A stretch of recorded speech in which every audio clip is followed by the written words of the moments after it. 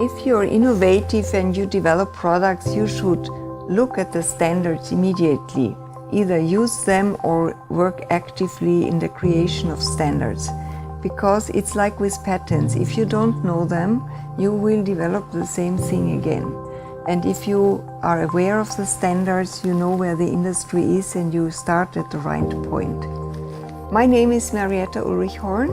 I'm co-founder and CEO of SecuriCat. Our company is specialized in protection of products to make original products distinguishable from counterfeits. We have a physical and a digital leg. The physical is labels, security labels, tamper-evident labels, and the digital part is a unique ID code system called CodiCat, by which you can backtrace products via the internet. If it comes to baby food, if it comes to medicine, if it comes to technical parts, everyone will understand that you don't want to have a counterfeit. You don't want to be in an airplane with a counterfeit part, and you don't want to feed your baby with a counterfeit milk.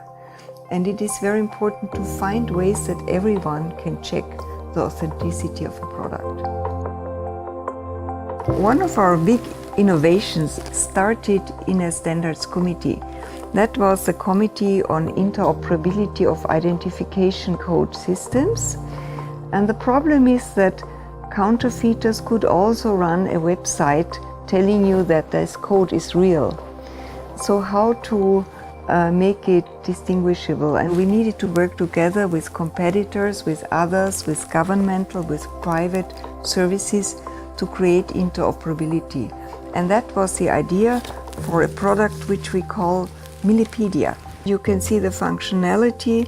A red light is a blacklisted service, a yellow light is an unknown service, a green light is a service that we know is reliable and you can rely on that code. Of course, interoperability today is key for any IT systems, and there are many ways how interoperability can be set up. That is why I then was the project leader of the next standard on this topic about how to establish interoperability. When I worked on the Committee on Interoperability, the idea of that Millipedia app was born and it was developed in parallel. The standard influenced the product in two ways. One was the committee as such, so my colleagues in the committee to understand their thinking and also to get their feedback on these ideas that I had and to see the mindset of the industry. The other point was that, of course, there came a lot of critical voices, what to do, what not to do, and all of that was quite helpful. And I'm proud to say that today we have a standard called 22381, and it is useful, and I think it has been also looked at by the European Union when they started the implementation of the Tobacco Directive. So some of those ideas I think have been acknowledged, and our committee has contributed to this development. My experience with standardization is a really very good one. In our committee we write new standards mainly, and this is why it is so exciting to talk to all these other experts and to work with them on the standardization of our new industry. Aspects that we consider important are really mentioned in the standards. We can also see that the standards don't rule out our technologies or our concepts, so we can better follow our interests.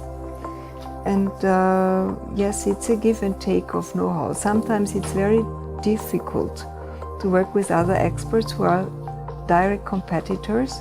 So how much will you give from your expertise without educating them too much, and vice versa.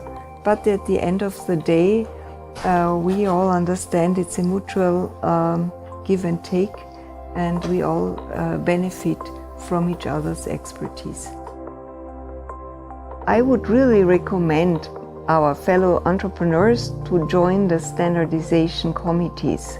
It's the best way to meet other experts. There are the top experts either nationally or globally, depending on where you work. It has grown our expertise, and that's very important for our business to be at the top edge of knowledge in this area.